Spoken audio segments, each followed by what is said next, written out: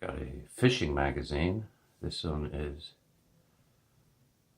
a beer battered crispy fried fish, and it tells how to do it.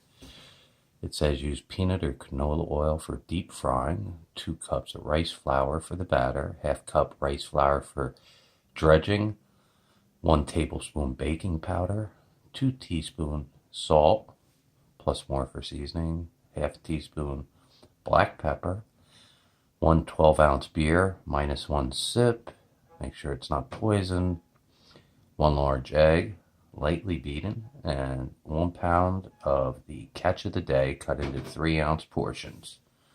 And it says tip, never dry your fried foods on paper towels. This will make it soggy and will actually absorb more oil. Instead, cool your fried fish on a metal drying rack. And then they're showing the nutrition data on fried fish, fried boneless, skinless chicken, and roasted boneless chicken breast. Thought this was interesting and thought the people on my channel would love to have this.